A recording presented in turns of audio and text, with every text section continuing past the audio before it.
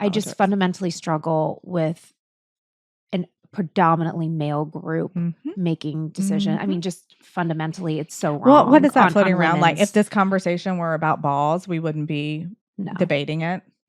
You know, like there would be no like, why are we not saying men can't get vasectomies? That's reproductive, right? Mm-hmm. I know. Let's ban that. No, let's not actually. Let's not. Life as a mom, entrepreneur, wife, friend, and human is a lot. Join me, Katie Jacobs. And me, Brandy Chandler, every Thursday as we have unfiltered, hilarious, and relatable conversations about the ups, the downs, and the chaos of it all. Pour a glass and pull up a seat. Because you're always welcome at our table.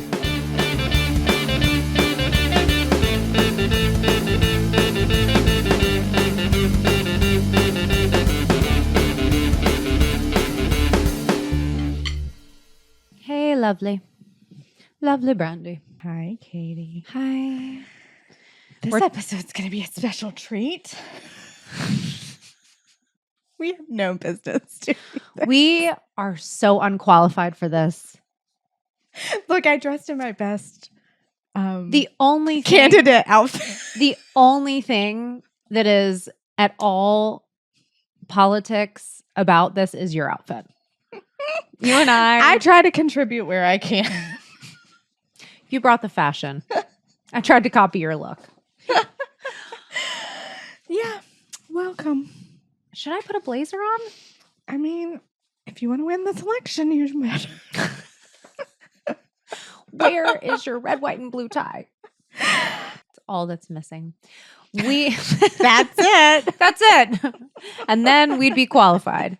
We're taking on politics today, y'all.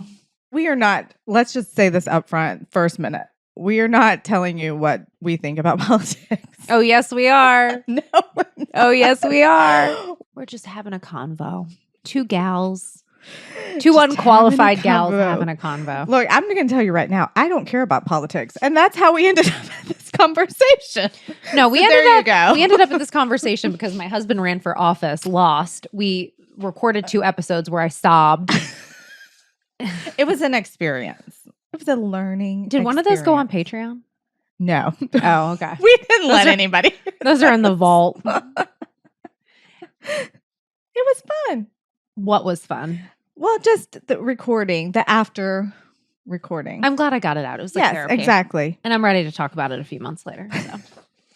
Many months later. Actually, it's been quite a few months. So I thought it would be interesting because I feel like I don't know, is this unique or not? When did you start voting?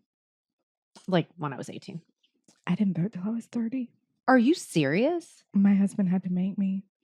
Wow, you like really didn't care. I told you. You're like, wars? Who cares? I am not very political.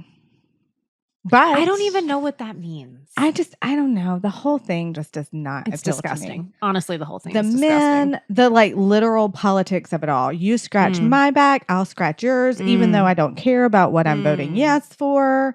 They're just, I guess, do you call it the bureaucracy? See, I can't even say the words. Just like the bureaucracy. Yeah, the red like tape all of it all. The red tape. The red tape. Mm-hmm. And I get it. Just people are so nasty. I'm just not. I've never been into it. No, I understand. But I have some hope for this episode. Okay, good. Well, where do you want to jump in? Well, let's talk about why we think we care or not. Why did you start voting when you were 18? Which is fabulous. I applaud you. My parents were always very political. And I was a journalism major, and I just felt like it was my duty to educate myself on the issues and go and cast my ballot. I love it.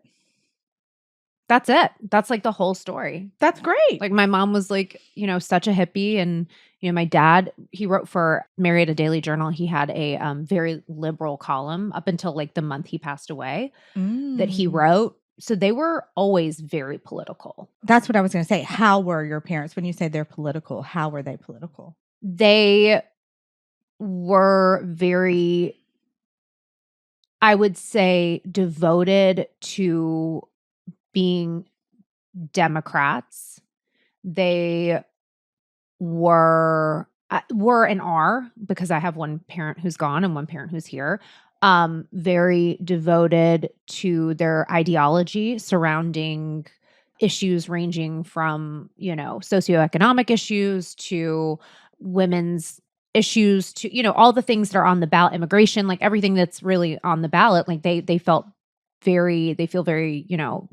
devoted to their ideology is what I would say is what I mean by very political. Yeah. I was just curious. Well, I think it's an important determination. We say a lot of things. And here's another thing about politics. There's a lot of sweeping generalizations made. There's a lot of proclamations, but you don't actually know grandstanding.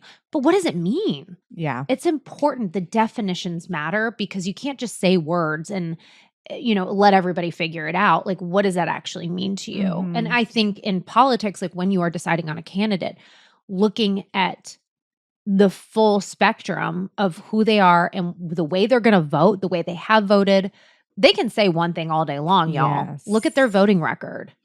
And that's why I just have so many problems. It's just people just say whatever. And then even with, some of the candidates we have now, they've said one thing for a while and now they're saying something different. And I feel like I don't have a leg to stand on. Sure. Yeah. Like I don't know what's going on. Right. And it's very hard, I think, in 2024 to be misinformed. Like, I don't even know, what's the truth and what's a lie or what somebody's put out. Like, you can really look at someone's, like, truly, if they've been in politics, what they, what bills they've voted on, what legislation they've, tried to pass. Like, that is, I think, the only real measure of what they stand for that you can look at is, like, what historically have they done? Have they pushed the issues that are important to me forward, or have they blocked them in terms of their ability to vote on the House floor, in the Senate, in the Congress, or, because they can stand in the grandstands all day long and say something, but what have they done? And if they haven't been someone who's voted, like, what is their heart? Like, who are they? Are they speaking out of both sides of their mouth? If there's someone who's newer to politics. Well, you were saying that you were inspired to be political and to be involved because of your background in journalism. So I went to journalism school as well. And that made me not believe anything I read. Right. And I was just listening to a podcast and the speaker, the woman being interviewed was Sharon McMahon, who is known as America's government teacher.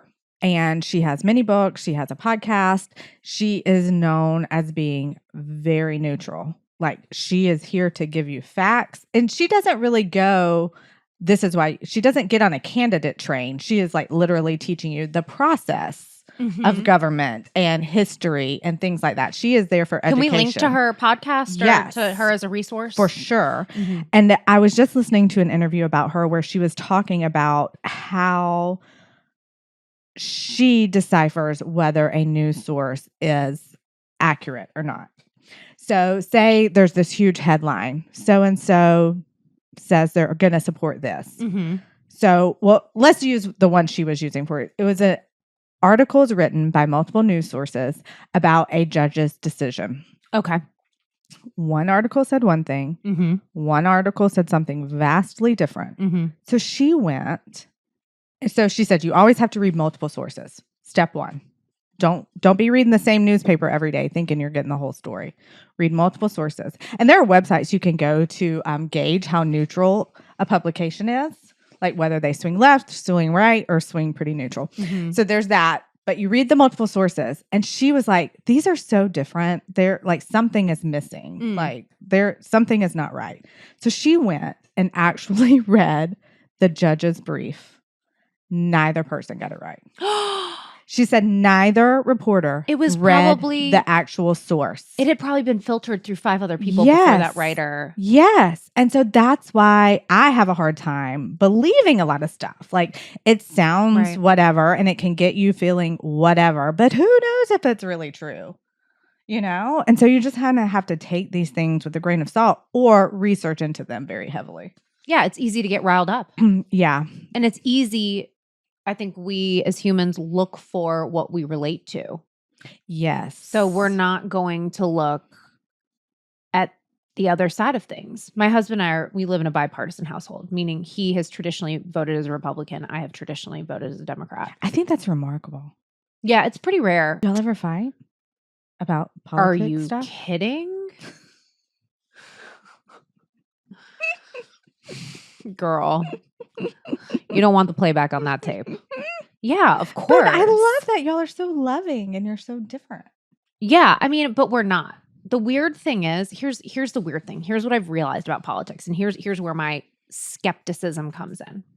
We've been together for 2 decades as a couple. And when we met, something that was very important was that we fundamentally agreed on some things, like that we wanted to have children and we wanted to raise those children to have a lot of integrity, to be very independent, and to feel a lot of self-confidence, like things like that, the way we see the world is very similar. Like we really care about other human beings and we care about our communities and we care about our neighbors. And we really and truly want the best for others, like just like fundamental stuff. So then when it comes to politics, right, you start to zoom that lens way out because we're talking about some very big issues. Did y'all talk about politics before you got married? Oh, yeah. Oh, wow. Oh, we talked about didn't do that. Religion. I mean, we were opposites in everything. Yeah. Right? I was like at that time an atheist and he is a devout Greek Orthodox. So like nothing made sense. We should, on paper, this should have never worked out, right? It should have been a fling. Yet here we are. And here we are, 3 babies and a life together. But fundamentally, we agree on so many things. And our journeys have evolved, but we have gone through periods where it has been very hard to, election years can be tough. This has been one of the first ones that's been easy for us, actually. It's absolute chaos. No, I think because we both have figured out that like both sides are full of shit. Yeah, that's what I mean. And after him going through an election process, we're like, nothing's real, nothing's true. Yeah. These people will do anything they can to get voted in, and they prey on people's emotions and their needs for righteousness, and when there is no righteousness. And, you know, and so I think this is the first time we really, you know, don't agree with, we feel partyless. I think both of us feel partyless. That's is how my we next point. We need new options. I don't like either option. I don't know what's going to happen, but I do think that there will be a boiling point where the people who are like not on the far side here or the far side there, meaning very, very far left, very, very far right, because those extremes have become so bizarre to, I think, many people. But I think the people that they've become bizarre to are the people who are like, we're busy, right? Like we're working, we're productive. We can't sit in our basement and be a keyboard warrior. Yeah. We've got too much other shit going on. Do you think like these generations, like even starting with us, we're millennials, I guess. We're elder millennials. We are elder millennials, geriatric millennials. Yes. Geriatric. Do you think we're over the labels? Like, because I don't identify as either. I don't identify as Republican or Democrat. I don't either anymore. So do you think the labels are just old fashioned now?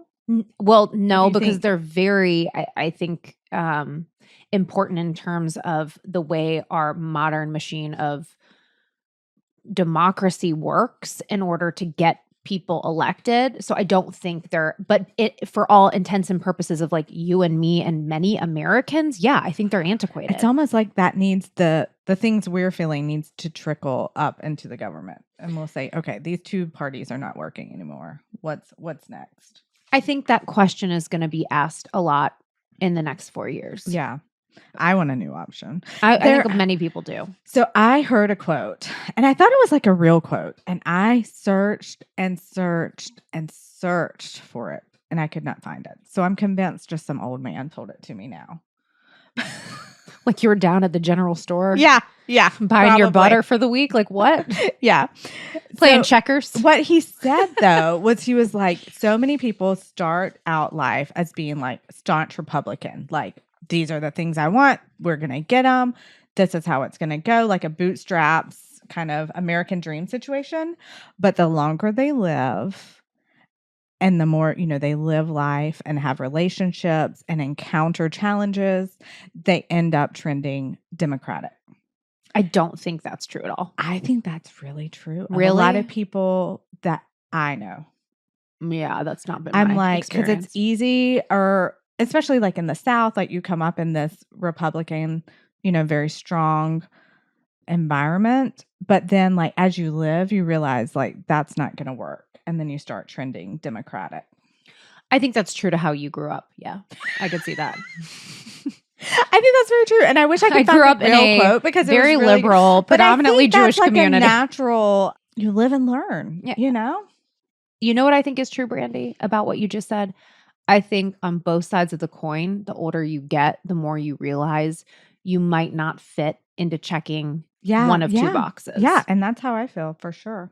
And for that purpose, I think on the other side of things, you could grow up very, very liberal and have very, very liberal ideology and feel like, all of that rings true for you. And then maybe the more you experience the world, maybe you become more conservative. I mean, who knows? Yeah, I can see that. I've seen that too. The ideology develops, right? Mm-hmm. If we're not developing, we're not living, and we're not experiencing, and we're not truly being curious about life, because curiosity is the lifeline for humanity and kindness and hope. And if we're not curious about the way other people are living, or we refuse to look at it, or we refuse to at least give it a look or a conversation, we are cutting out so much life and what it is to live fully. When people used to have dinner parties, like many years ago, people would sit around pre-social media. This was a way to connect as communities or friends, and people would sit around and talk about these things, and they wouldn't scream and they wouldn't punch each other in the face. I mean, I think maybe that happened sometimes, but for the most part, in person, people would converse and discuss ideas, and that's really gone. Yeah. That we don't. When was the last time you went to a dinner party? Well, it's you. Are you judging me? No, but we don't go. I try to avoid the ones where we talk about politics. That's exactly right. And I think that's a real crying shame. I do. I think it's a crying shame. I think it's a peacemaker. I don't. I think it's a crying shame. And I think it's really pathetic that we can't talk about our beliefs or our ideas when it comes to, because politics is really the ways of the world and the way our community runs and our state runs and our country runs. We can't talk about that. Well, what the heck are we doing? We're really tamping out our ability to grow, in my opinion. And I think it really fucking sucks, to be frank. I think it sucks. And I think we're so fired up and we're so emotional and we're so dug in, really dug in and hunkered down. And in some senses, kind of forced into not liking each other from outside sources that benefit from that. And it's just, I would really love to see the tide shift to more communication, more, the ability to sit down with people you don't agree with and hear what they have to say. Well, you are going to like my next point. So in briefing for this episode, I kept thinking about this podcast I listened to a very long time ago. And it took me forever to find it because I wasn't exactly sure whose it was. It wasn't saved on my feed. It's from February of maybe 24 or 23. So a year or two old. I listened to it yesterday. Isn't it so good? It's fabulous. So let's lay it out. Listen up, baddies. Our Patreon is growing like crazy. If you're loving the podcast, it's a phenomenal way to hear more exclusive content, including our monthly catch-ups, which are absolutely hilarious, uncut episodes, shorts, and coming very soon, interviews and more content piggybacking off of our most loved episodes. We can assure you we are unfiltered and maybe even a little feral. So go to the Linktree on our Instagram page at Podcast She Did What to get straight to our Patreon and join today.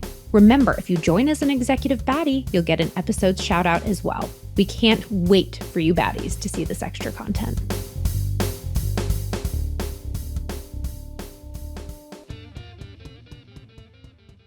Kelly Corrigan. She's an author. She had some very popular memoirs that many of you might know, but she has a podcast now.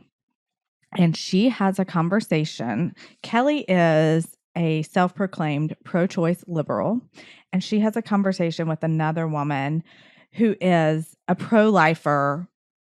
As if she had to choose one, she would say pro-life. But this is like one of the most genuine... Conservative. Yes, conservative.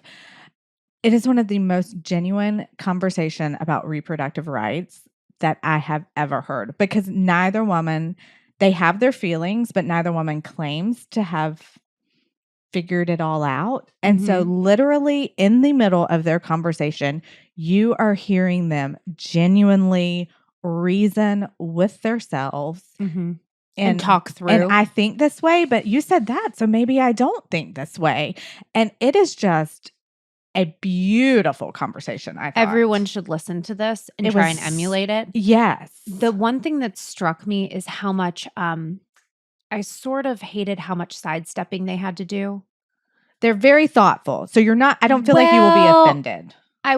No, they're very, very thoughtful. I'm sorry. I think they're doing a lot of tiptoeing, because I think this is an explosive issue and never more explosive than today. And reproductive rights and women's rights have never been more at the forefront of the ballot for president.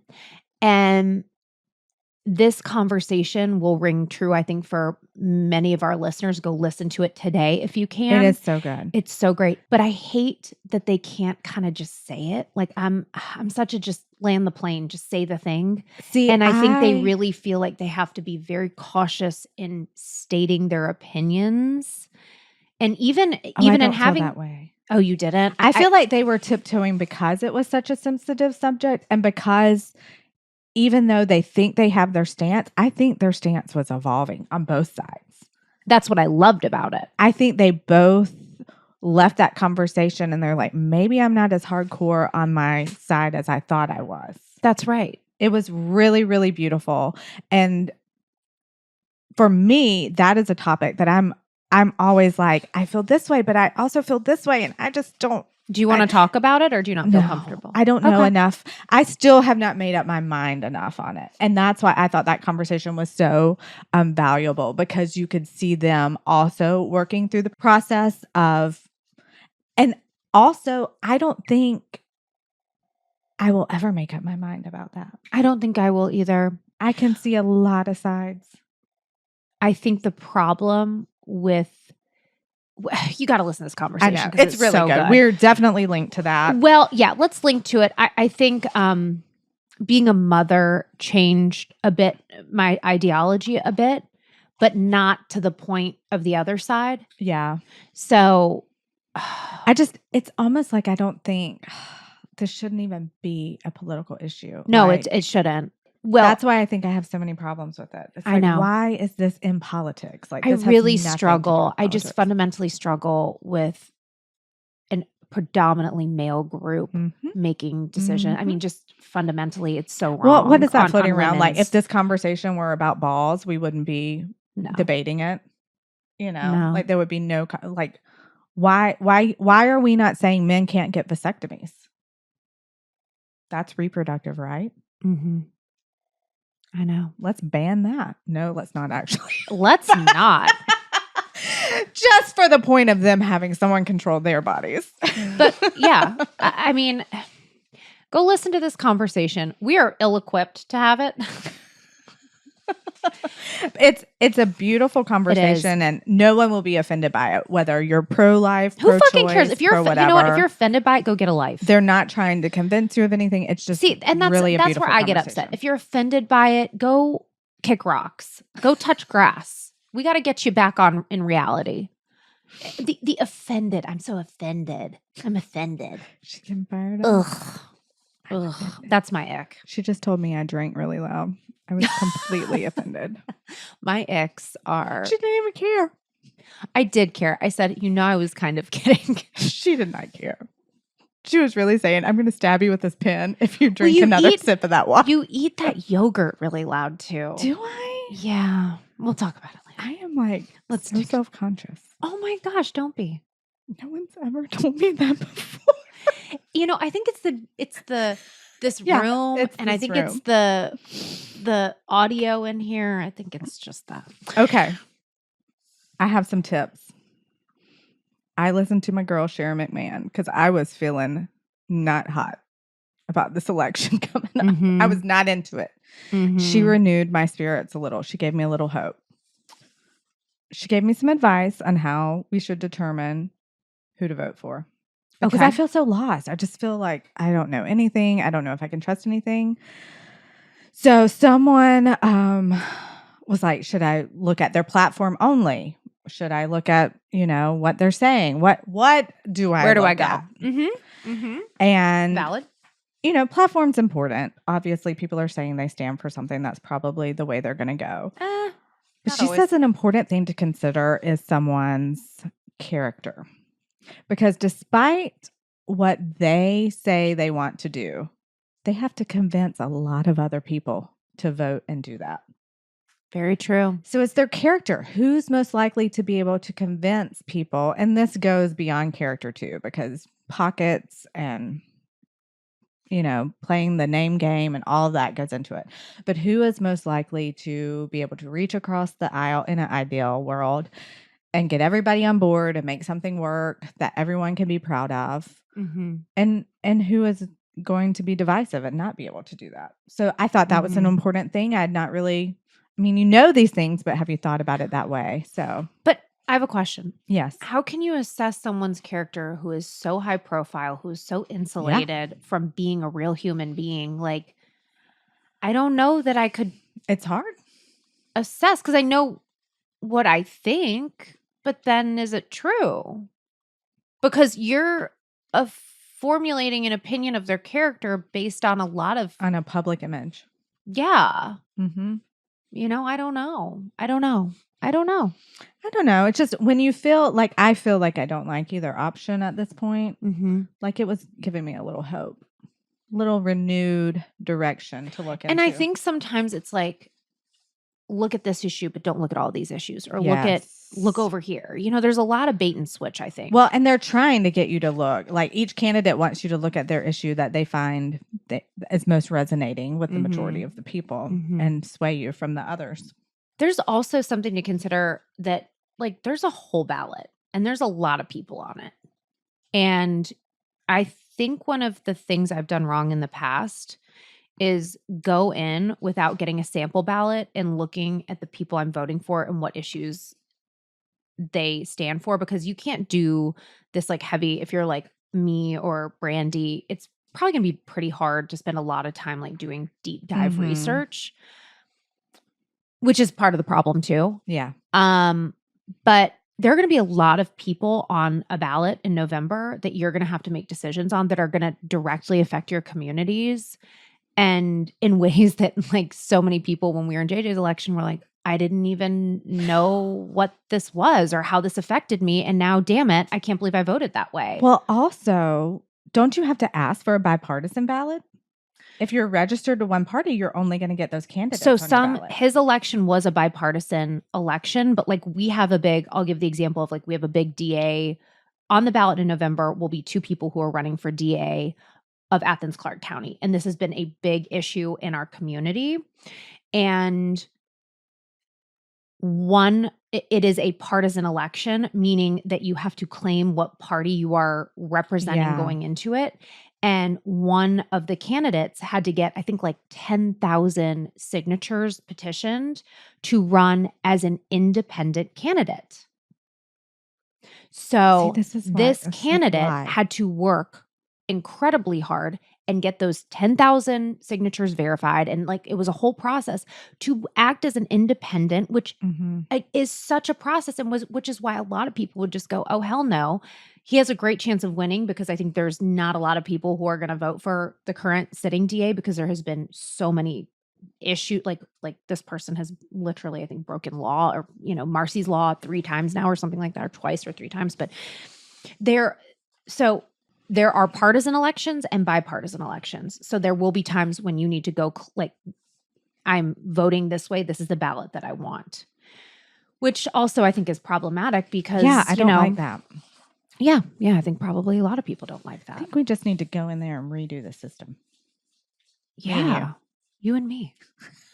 Let's add it to the schedule. I'd be like halfway into it, be like, this blows. No. You wouldn't get halfway, Brandy. You would get 8 seconds into it. This is too many phone calls. Can't do it. Oof. What's this list I need to do? Absolutely not. Okay. I have a big list of does my vote matter? Why should I vote? What do you think? Huh? Like a lot of people feel like my vote doesn't matter and so they don't vote. I think if you're going to go cast your ballot, you should understand who and what you're voting for. Yes. But should you vote even if you don't necessarily? So there's this huge push to like rock the vote, go get out and vote. Yeah. And like if you don't, I don't know. I don't know if that's right because that's why I didn't vote till I was 30, Katie. No, and look at you telling me I was bad. I'm sorry I shamed you. But I do think if you want to take part in democracy and if you are going to, be a human living in America, you should probably look into the issues and vote. Take some time. So this was because I could still probably. I am totally talking on both sides of my mouth. I will. Well, hey, that's what it's about. That's why we don't like either party. That's what She Did What is about. New. We want to contradict ourselves. So I still could probably not care if I didn't vote. Sorry, you guys. But my husband helps encourage me to do my civic duty. Drags you. But Sharon McMahon said something that kind of hit me the other day. She said, especially in these swing states and all these little words you're hearing now, but like the last election in Georgia, there was only an 11,000 vote difference. So yeah, your vote probably does matter. And I think my opinion on this is coming from perspective of having my husband run for office and that a lot of people will go to vote and then just click incumbent because if this person's already in office, they might be bad. Doing it. It hasn't been that horrible. I'll just click this button. When in fact, you're making a big decision. So I guess that's where I'm coming from. I have been guilty of that, of not knowing and just going I would incumbent. Say the vast majority. The vast majority are like that. And it also seeing the other side of things, how then the incumbent acts on your behalf, like of our district, is so far from what I think is right or true or good for our community. So it's like just clicking incumbent can be detrimental to your community in ways that you're not thinking about that can directly affect you, your business, your children. And that's why it is important now more than ever to really just take some time to go to that, get your sample ballot and go to both people's website and look at their platforms. Last time I did this, it took me a couple hours, probably 2 hours. And I just used some lunch breaks over the year. Do. And that is the least. Yeah. And just see what their platforms are. What are they saying? What's important to them? Do those issues resonate for you? Do they not? And something else, I really felt like this spoke to me. So we all, the nation gets so hyped up when it's this presidential election. But you know what really matters are our local elections. Yeah. Because those are the things that affect your trash pickup, the road you drive on every day, the school your kids go to. It's so important. So even if you're like, this whole presidential debate is chaos, I can't deal with it, look at your local stuff and vote for your local stuff. Research that stuff. Because that's where you can see and make a difference with your vote, I think. Your vote will make a huge difference. And that's what matters to you. If you can't solve the national political scene, you can help do some stuff on a local level. Well, and your presidential ballot definitely matters. But locally, it's probably even just it's all important. It is just as important to know what you're voting for and who you're voting for locally.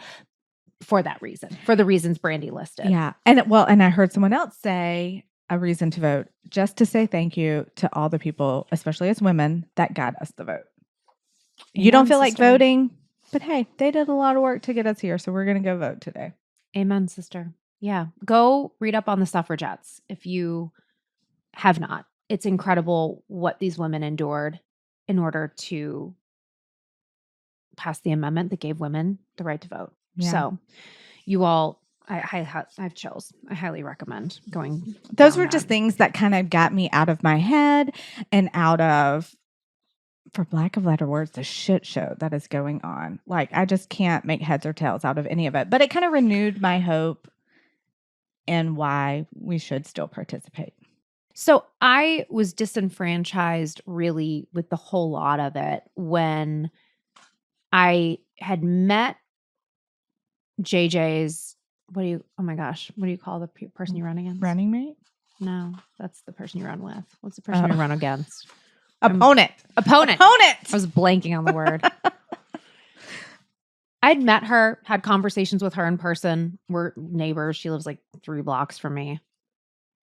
And I just thought like, oh, this is like a, little county commission seat. We'll talk about some issues. Maybe they'll have some conversation, whatever. This was the ugliest thing. I mean, you saw me through that. It was horrible. You were a little unhinged. I'm going to tell y'all, every morning I woke up with my stomach just aching. What is someone going to say about my family? What is someone going to say? It was like they trashed my business. They trashed our family. They made up lies. They talked about our choice for our children's schooling in our neighborhood Facebook group. And my own friends or former friends didn't even defend our family. It was very difficult. And I think until, you go through something like that, and I'm glad we went through it. But it was awful. It was awful. And it was very, very hard on our family. I felt very protective of my family and especially my children because they didn't ask for it. And then they were a topic of conversation, which I thought was gross. Like, we're not running for Congress. Like, this is, what are y'all talking about? Yeah. That was a really hard pill to swallow. And being someone who had always very, very staunchly identified as a liberal feminist and being attacked by these women, I was like, yes, his opponent was a woman. Let's just clarify. Is a woman. Yeah. A liberal woman. Yeah. And a horrible human being, my dad. She is. I think the way she treated my family was disgusting. Yeah. And was the face-to-face confrontation with her? I can't remember. Or was no, it was like one of her people. Yeah, I had a woman come on the day of the election, like you kind of like stand out and hold up a sign or whatever. And I did that. And I was with my son, my 8-year-old. And this psycho woman, her friend or whatever, came and stood there. I was the only person out there. There was no one else. Stood 1 foot in front of me and put her sign in front of my face. And if you've met me, that's not the vibe. She's going to say something. Like, I wasn't going to just move. That's just not.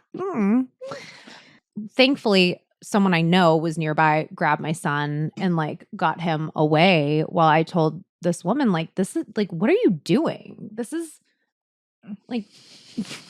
wild. Like, what are you up to, lady? I don't know. I'm not going to detail the conversation because it was so ridiculous, but this person was unhinged. And I was like I was making sense and it was making her more incensed. Yeah. And I was like, you just need to get away from me before something. And then she said something about my kids. And I looked at her and I was like, you might not want to. It's just, I won't lose my job if I go to jail. Let's just put it that way. If I go to prison, like, nobody cares. No one cares. I can work from prison. They'll send me care packages. I got it. Yeah, I don't know. It was just so ugly. Yeah. And I saw behind, the veil of what it was. And at that level, on such a small level, and like people texting me like, oh, if you say this, then we'll do. I'm like, what? Yeah. Say this, we'll do that, or we'll support you. I was like, my husband has never been in an elected public office, but he has done some public service before, and even not as an elected official. It is intense. It's so intense. I was like, really? How long are we going to do this? I remember the day he told me he was quitting. I gave him a huge hug. I was like, really? You told him? He told them before you told me because he didn't want to be swayed because he would. Yeah. He knew what my opinion would be. I was like, you really love me. Oh, good on Josh. He made a boundary and he prioritized. He did. Good for him. So, but I don't know what to tell you guys. Well, just like one more thing is that I also realized I had a huge realization, and it hit me long after this whole thing went down. It is when there were so many lies told about my husband and my family and like all this stuff. When someone tells a lie about you in this sort of setting, you have two options. You can either go, no, that's a total lie. That's not who I am. And when you do that, you sound defensive. Mm-hmm. Or you can ignore it. And if you do that, you sound defensive. Mm-hmm. So when someone in a political run of any sort, I could be like, Brandy is really a heroin addict. No one knows.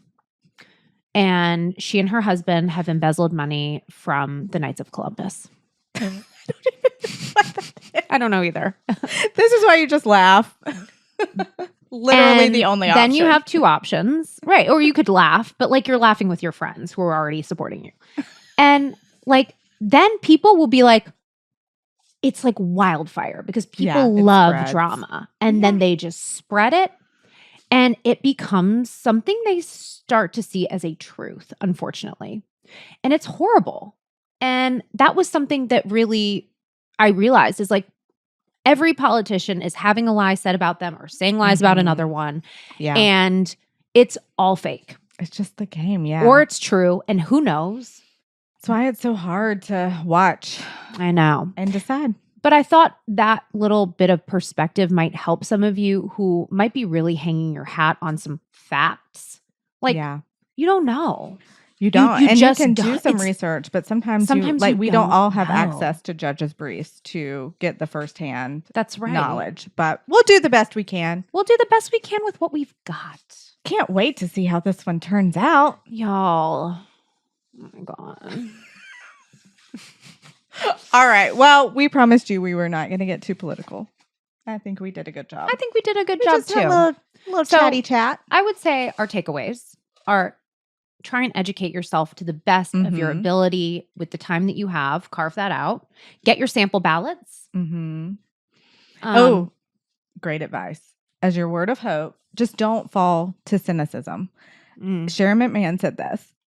Think about it this way. Mother Sharon. Yes. What if MLK Jr. didn't fight? What if he just said, it's fine? Right. Which is my motto. But somebody has to not say, it's fine. I saw a hat on Instagram yesterday that said it's fine. And I was like, I'm getting that for Brandy. Yes. So like, what if these people in history just turned a blind eye? So what if the suffragettes were like, it's just too hard? That would have been me. Ooh. That's why I'm born right now. But I'd be like, I don't know. This is important. Your vote is a privilege. Your health is a privilege. The way you choose to live your life is a privilege. We have so much freedom in our country and we are blessed. At the end of the day, in my heart, I feel this way to be American. My grandfather is a veteran, and it's very important to me. Like I'm patriotic, and I just did, for those of you listening and not watching, I just did a little fist. What do you call that? An American. Okay, where at least I know. You can do this, you guys. You guys got this. We love you. We'll see you on the other side of this election. Godspeed, baddies.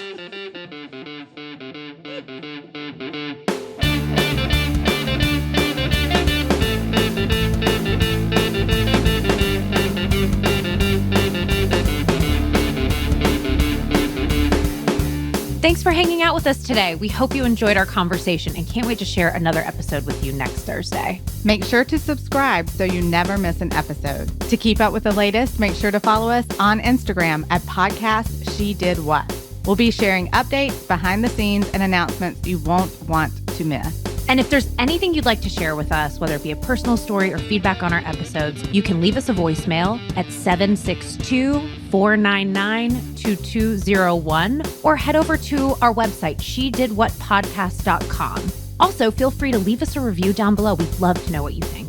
She Did What is hosted by us, Brandy Chandler and Katie Jacobs, and produced by Studio D Podcast Production. Thanks for joining us today. We'll see you next Thursday. And remember, it isn't always easy, but it sure as hell can be entertaining.